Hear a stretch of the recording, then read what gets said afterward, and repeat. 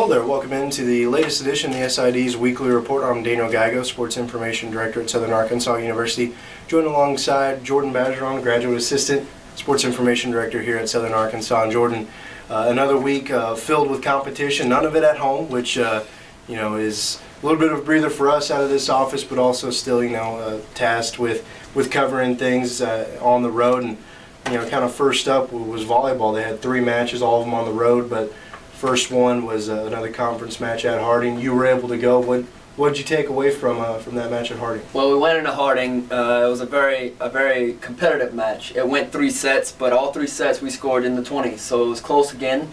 Allie O'Banion had 8 kills, a name that keeps coming up, Allie O'Banion. She's really a rising star as a freshman. But it was Logan Talbert this week against Harding offensively. And I talked to Grim last week, and Grim said that it was good to see her coming around defensively, but they needed to see more of her on offense to really become a complete team, and they actually outblocked Harding 10-3. And then in the 3rd set, they were down 16-9, and that's when they pushed it to a 22-22 tie. And Harding pulled away in the end, 25-27, but I think those big runs speaks to the potential of this team. Yeah, and also too, obviously we look at Harding as a team that, they ran the table last year in conference play, were picked to finish first again this year. Not easy to play on the road at all, but particularly at Harding.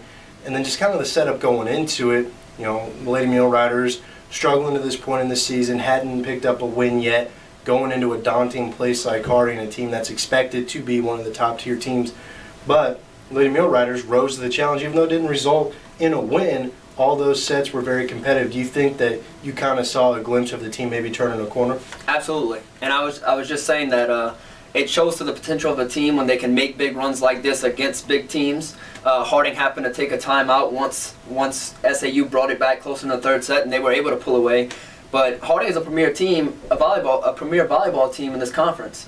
And another tidbit about that match, Amanda Monge, she re-injured herself in warm-ups, and she was hurting throughout the game, so that's what kind of swayed her statistics a bit. She picked it up over the weekend, but yeah, absolutely. Just after that match, kind of give us a gauge of the team, how they felt, because again, obviously, you don't look at it in terms of wins and losses, but knowing how competitive they were against a top-tier team like Harding, where they were at in this point of the season, what was the kind of the pulse of the team after that? Well, now, I talked to the team before we left to go to Harding, and they're feeling confident. Surprisingly, when I talked to them, they're all confident. They're saying with each practice, they increase their confidence. We talked before the season, they're transitioning a lot. They have a new setter. Their old setter, Hannah Rice, has moved to libero.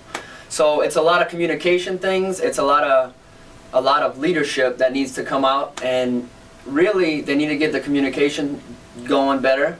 And once the communication gets intact, I think this team will start winning some more ball games. And something to look forward to, definitely. The Lady Muleriders, they stayed on the road over the weekend, taking another rather lengthy trip down to San Antonio to take part in a tri-match hosted by St. Mary's. Obviously, some good things came out of that weekend. Can you kind of tell us what Sure, absolutely. Now, some things people don't realize is the quick turnaround that this team took. We got home at about midnight on Thursday, and this team had to leave again on Friday at 10 a.m. and go to class the next morning. That's not easy for anyone, and they had to make an 8-hour trip there and back. But the first game they played against Texas A&M International, they picked up their first victory of the season, and it was a sweep. They hit a team-high 317 hitting percentage. It was a complete game. Allie O'Banion had 12 kills and 15 attempts and just 1 error, and she made the error in the 4th to last point of the game.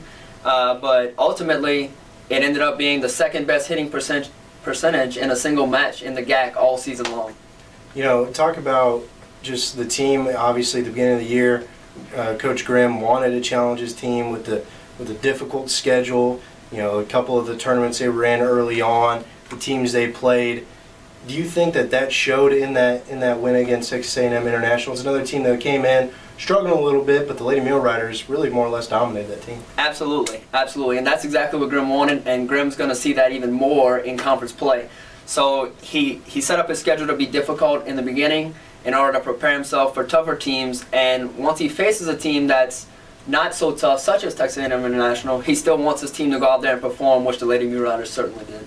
What happened with them against the host team, St. Mary's? Well, St. Mary's, they went up 1-0, and they really looked good in that first set.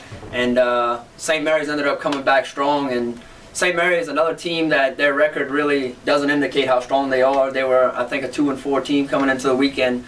But I think they had one of the top liberos in the country, certainly. Monji led with 8 kills, but again, it was defensively. The Lady Muleriders seemed to be a stout defensive team this year. They had 14 total blocks in the match, only to St. Mary's 5. And Ali O'Banion had a career-high 7. So it's a name we keep saying again and again, Ali O'Banion, but she's really stepped up for the Lady Muleriders early on this season.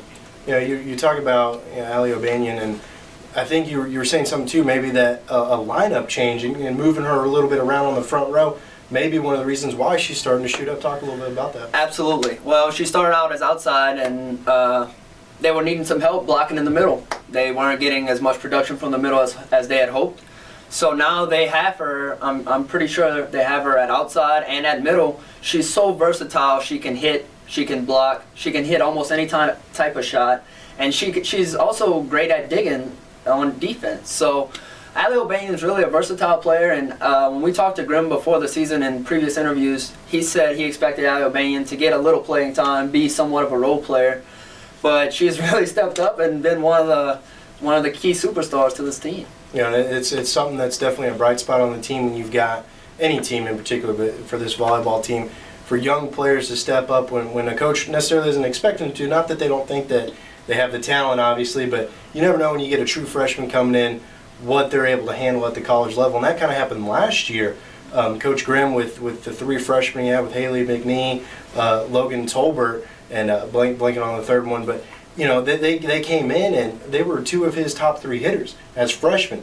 And talking with him at the close of last year, that was something that he wasn't anticipating, but obviously you're going to take it because you know that you'll be set up for several years to come, hopefully, if they continue to progress. So that was the week that was in Lady Mulerider volleyball. What's on tap for them upcoming this week? Well, this week, tomorrow, they have a try match against another conference opponent in Arkansas Monticello. They play them tomorrow at 3? 3 o'clock. At 3 o'clock, yeah. And then Central Baptist will join the try match, and Central Baptist will face Arkansas Monticello in between at 5. And then the Lady Muleriders will go ahead and take it on Central Baptist at 7. So another big test for the Lady Muleriders, Arkansas Monticello, another team that's, you know, mid-tier of the conference, but a team that's worthy of putting up incredible statistics. I mean, their team is second. As of today, they were second in the conference in digs per set, so I expect another defensive game similarly to Harding. And then over the weekend, we have SWASU on Friday, I'm pretty sure, and then we have East Central on Saturday, I think. But the big key this week is all the games are at home. I mean, the Lady Muleriders have been on the road, and that really takes a toll on, I mean, it took a toll on me, so I can imagine what kind of toll it took on the athletes just getting on that bus and traveling for hours, sleeping in hotel rooms. You know, it's not the same as being at home, being in your comfort zone. Yeah, I think that's something, too, that the team has kind of looked forward to at the beginning of the season. You know, you get off to a slow start, but you realize you've been on the road so much. It's very difficult to win on the road. Any team, you know, it's not the easiest thing, and all the things you mentioned there, but to know that, you know, their next handful of matches are going to be at home, all of them this week, you know, starting with the try match with UAM and CBC. That will be good to hopefully jumpstart them. They should be matches that I think that the Lady Muleriders match up well with both of those teams. Hopefully be able to come away with a couple of wins and springboard them into conference play. And it's not an easy task over the weekend, you know, to be asked to go back-to-back days and playing a match, but then also against some conference opponents. So a very, very pivotal week for the Lady Mulerider volleyball team on tap. But with what we saw of them over the weekend, you know, even going back to Harding, how they played and rose to that challenge, it should be a pretty good week for Lady Mulerider volleyball.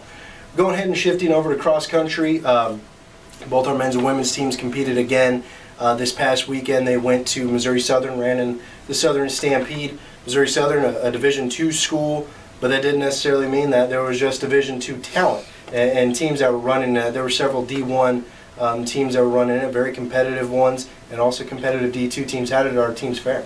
That's right. Just a note here.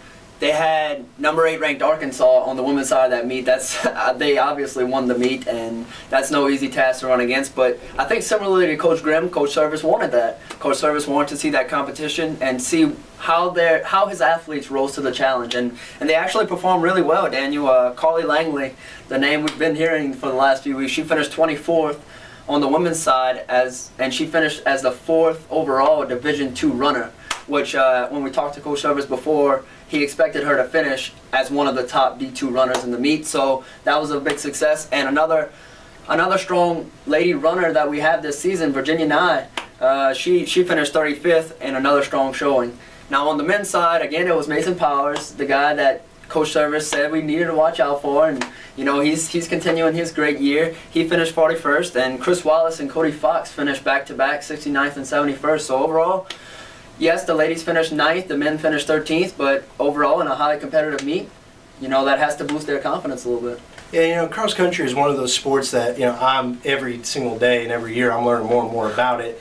But, it seems to me that it's one of those that you can't look at necessarily, okay, did our team finish first? You don't necessarily gauge off of that, because you got to take into account who's all there, the talented teams that are there, the individual runners that are there. And so you kind of got to, I think the coaches and Coach Service knows that a particular meet like this, you just want to see where your runners are at. What kind of times can they put up when they have really good competition, that instead of just a meet to where, okay, we know we're better than everybody, we're faster than everybody, we're going to blow them out. That doesn't help a team get better. So these types of meets are important looking forward towards conference play. And even on the men's side, I was noticing through the results, one of the teams that the Muleriders are going to be competing with in conference play, East Central, they ran in this. And so to kind of gauge to where our guys are at compared to East Central, obviously still early on in the year, so improvement's going to happen, but to know where they're at and where they need to be in order to get over the top is very important. So I think that's more or less the thing to take away from that cross country meet. And obviously still talking about Carly Langley, she's off to a terrific start in her senior season. Virginia Nye, so some of the names that we keep saying over and over again, it's good to see them still at the top, especially when there's some different kind of competition, some Division I talent that's there. Cross country, I believe they've got this weekend off, but on tap for them another similar type event. The I guess regionally renowned. It might even be kind of U.S. renowned, because a lot of teams come to this. But the Chili Pepper Festival hosted up in Fayetteville, so the University of Arkansas will definitely be there as well. Kind of what do you anticipate going into that Chili Pepper? Well, again, it's going to be a highly competitive meet, and you're going to see Arkansas on both sides, which is always not good to see if you're trying to win the meet. But I think, like you said earlier, Coach Service is looking for improvement in times from his runners. As long as his runners can continually to improve throughout the season, I don't think Coach Service will have any problems with that. And again, going back to earlier what we talked about, I think another good thing about having a Carly Langley, having a Mason Powers be those leaders, is having them in practice. Because what they do in practice is they push others to keep up with them, and I think that's a big deal for cross country. Yeah, early on looking at some of the results in all their meets, it's not like you've got Langley and Powers and everybody else down the way, very far off in the distance. The other runners that are on this team, both for the men and women, they're close. Yep. And they're bunched up, and that's what you need to have. As far as the team aspect of it, to be able to get points and to give yourself a chance to win meets and ultimately hopefully win a conference championship, you've got to not only have hopefully a very fast runner that's going to pace everybody, but the rest of your team kind of lumped in together also towards the top. And so I think that's where the cross country teams seem to be moving their way, and so it'll be exciting to see how they do the Chili Pepper race. That's actually October 4th, so they do have the weekend off. So obviously they'll still be training and preparing for that, but best of luck for the cross country team as they get ready for that. And kind of closing out the week with football, another road game for Southern Arkansas. A little bit longer of a trip. They go to southwestern Oklahoma. It's just about another hour west of Oklahoma City. So there's no easy road trips, I think, at all in the Great American Conference. But anytime you got to go to Oklahoma, it's a little more of a trip. That type of thing. The team stayed in Oklahoma City and then bust over the day of.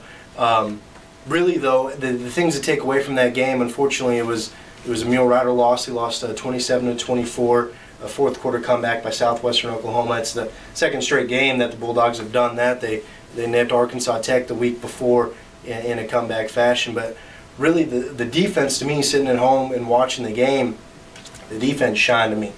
Southwestern Oklahoma, not an explosive offensive team by any means coming into it. They actually made a change at quarterback early on in the second quarter, I think, and that kind of gave them a little bit of a spark offensively, but still there wasn't much offensive punch for Southwestern Oklahoma, but that's still not to say that the Mulerider defense didn't rise to the challenge. I think they did, a tremendous job in that, and really the team did a good job weathering the storm early on because they kick off, Southwestern gets a big return on the opening kickoff.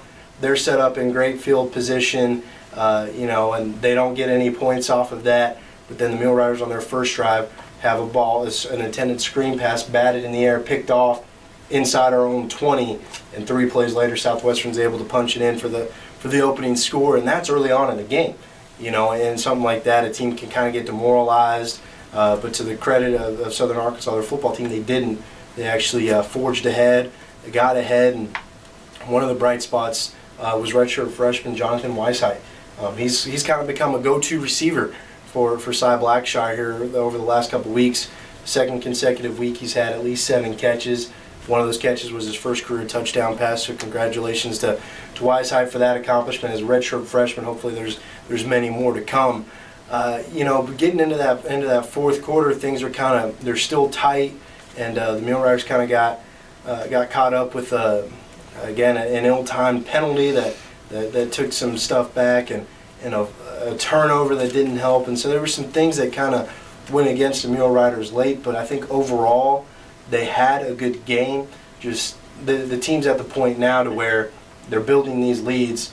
Got to find a way to close it out, and that's sometimes tough. We had somebody, one of the professors on campus, come in and talk to us about it, and he had mentioned that he had heard from a renowned, he was defensive coordinator at the time, Bo Pelini, but was just saying basically the landscape of college football on defense, you're not really stopping teams anymore. You're trying to slow them down, and that's very much the case in college football across the board. And I thought the Mulerider defense did an outstanding job. Demario Thomas from the safety spot had a big day, 10 tackles. A.J. Steele right there in the middle of it. And so there was a lot of great individual efforts for the Muleriders there. They need to be able to find a way to avoid, those negative plays to where you're having penalties and turnovers at the wrong time. And hopefully coming into this weekend, back at home, where in the last 10 games, Southern Arkansas is 8-2. They're averaging 36 points per game at home. So they've done a great job at home going back to the start of the 2012 season. They've got a team coming in, Northwestern Oklahoma, that still transitioning from NAIA, and so they're one of the maybe more or less the lower tier teams in the Great American Conference. But if you look at Northwestern this year, they are improved drastically from what they were last year, even coming away with the win against Arkansas Monticello this past week. So they're riding a little bit of a high, but it's a chance, I think, for the Muleriders coming in, playing back at home, maybe get back to the basics, fundamentals, because they're doing a great job possessing the football. They are leading the conference and are in the top 5 in the nation in time of possession. Just got to be able to get that time of possession, convert that into points, get ahead, stay ahead, close out a game are the things that the Muleriders obviously are working on and learning how to do. But, we've looked at it, we've talked about it, all these games are close. People have said, like, geez, the team should be 3-0. Team could also be 0-3, with that great finish in the first game, or they also could be 2-1. So sitting there at 1-2, not where Bill Keppel, the head coach, wanted his team to be. I think he feels that this team should be 3-0 going into Northwestern, and being able to ride some positive momentum. But they are where they're at, 1-2, not the worst place to be. They can make a run here, pick up hopefully a good game and a victory against Northwestern, and build that and roll into the rest of the season. But so all of our sports are kind of in the same boat. They're competing, trying to get better, and everything else. And so finally, we've got some home events this week after not having anything at home last week, this week, we've got several events at home, starting with the tri-match with volleyball tomorrow. Southern Arkansas will play UAM starting at 3 p.m. and then UAM and Central Baptist will play hopefully at 5 if we can stay on time. And then after that, Southern Arkansas will take on CBC to conclude that tri-match, and home volleyball Friday night, and then home volleyball and football on Saturday. Both of them are at 2 o'clock, so hopefully you could probably come out to volleyball first, catch some of the volleyball action for Southern Arkansas, and be able to kind of go back and forth and check out football as well. But another full week on tap and all at home, and we're excited to have both the Mulerider and Lady Mulerider at home. One thing to look forward to this next week, women's golf team starting off their fall season. So they're actually in a tournament today that will go through to tomorrow. First action for the women's golf team. Excited to kind of see what kind of team they'll have this year. So Jordan, we appreciate it always. Great work, and that was the week that was in Mulerider Athletics. Looking forward to another week. Be sure to check muleriderathletics.com for all your live links, live video, live stats. Stay in touch with everything we got going on. Even though we're at home, still check out muleriderathletics.com. Jordan, appreciate it. Thank you.